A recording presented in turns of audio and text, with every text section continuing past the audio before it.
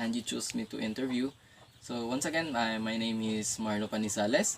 I'm 25 years old and I started my job within a year as a project architect.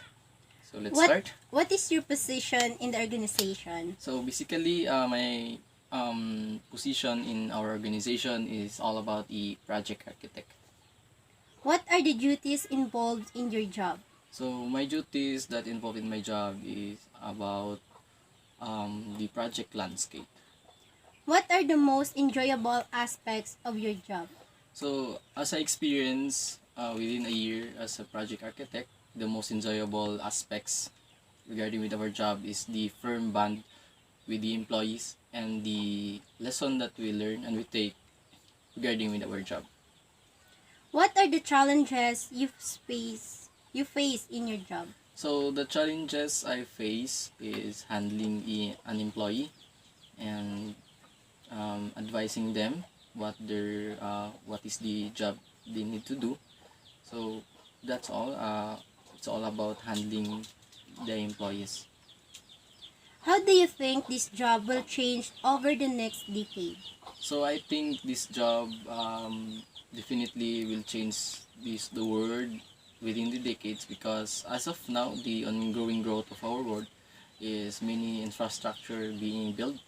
So many students will take this career as an architect, and I definitely promise that the world will change with the help of this profession.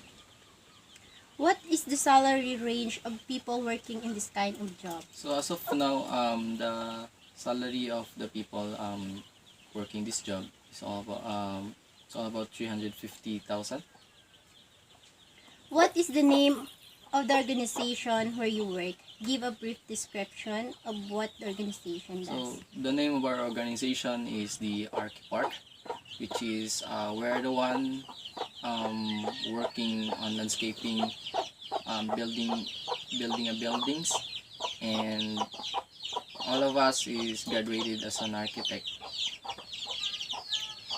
How many people are employed by the organization? So as of now, people employ this organization is all about 2,900 employees.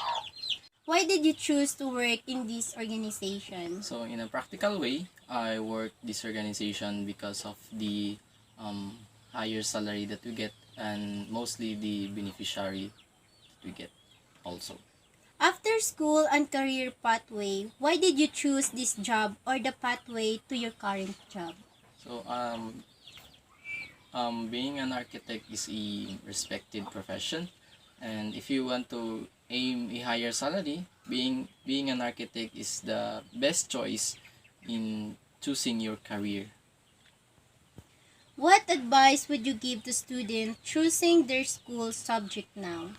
So my advice to the students choosing their subjects now, for me, choose wisely for the subject that you take and study hard and aim high for their pathway that they take. What advice would you give to students who want to follow the same career as you? So my advice to the students who will follow the same career as me, working hard, study hard, and focus on your career, and continue to aim the high pathway that you take. What general career advice would you give to students? So my general advice to the students who are studying as of now, being working hard to a career that they take, and continue studying hard, and just pray to the Lord always. That's all. Thank you so much, sir, for your participation. I really appreciate it. You're welcome. Good luck to your career. Thank you.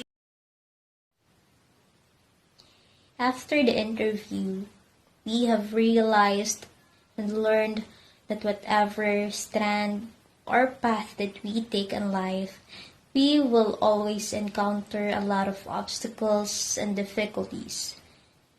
But those challenges are really part of the journey. It is a part of the process.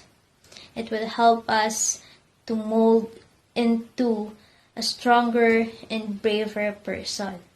What important is that with our determination, our perseverance and faith, we will continue in achieving our dreams.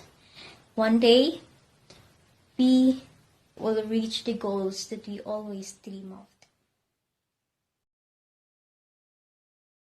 Number 1. Did you find out anything surprising while researching the STEAM career profile of the person you interviewed? I found out that the architect profession from STEAM Strand had a lot of opportunity working on different jobs like project planner, designing building, and infrastructure. Number 2. Were you inspired by the person you interviewed? I inspired Mr. Panansales because he said that we should aim high in making our tomorrow's dream in life. We should study hard by the way we acquired our aspirations in life. Number 3. What is the most interesting things that you've learned from the person you interviewed? I've learned that we should have the perseverance and strong enough in chasing our dream no matter what it takes. Because at the end of the day, we can savor it as it is the fruit of our hard work. Number 1, did you find out anything surprising while researching the STEM career profile of the person you interviewed? STEM is really not easy strand, but at the same time, it's surprising how big the income our interviewee again. Number 2, were you inspired by the person you interviewed on how he is answering the question and he continued to pursue his dreams even how hard it is. The dedication and motivation that he used it for pursuing his dreams. I've found out that STEM composed a lot of possible profession. It may be difficult, but if we will work hard, we will reach our goals. I was inspired also by his experiences along his journey, and it helped me to be more patient and stronger in facing possible obstacles in my own journey to my dreams. I learned not to be afraid to dream big and dream high. We also need to choose our strand wisely. Do not give up in our dreams and believe that we will achieve it. Question number 1, did you find out anything surprising while researching the STEM career profile of the person you interview? My answer is, considering how challenging STEM is, our interviewee's income was unexpectedly high. Question number 2, were you inspired by the person you interview? My answer is, regarding his response to the query and his determination to follow his goals in spite of the challenges, he uses his motivation and determination to work for his goals. Question number 3, what is the most interesting thing that you learned from the person you interview? My answer is, I like the individual we interview's confidence, the way he looked at the camera and responded to the questions, and it was the most intriguing thing I learned from him. That's all. Thank you. I've learned that there are many different professionals in STEM. Even though it could be challenging, if we are persistent and dedicated enough, we will succeed.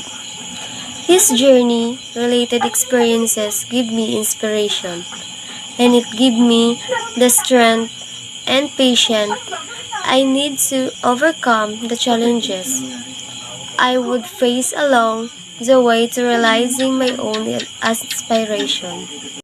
STEM is really not easy strand, but at the same time is surprising how big the income are interviews again.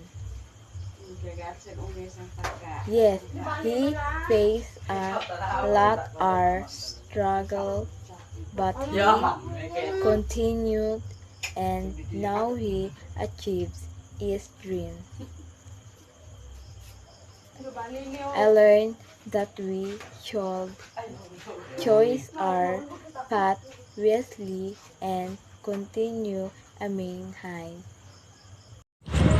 Even though STEM is a tremendously difficult field, our interviewee's income was surprisingly high. Yes, he had numerous obstacles, but he persisted, and now he has realized his aspirations. I discovered that we ought to make sensible career decisions and carry on with our aspirations.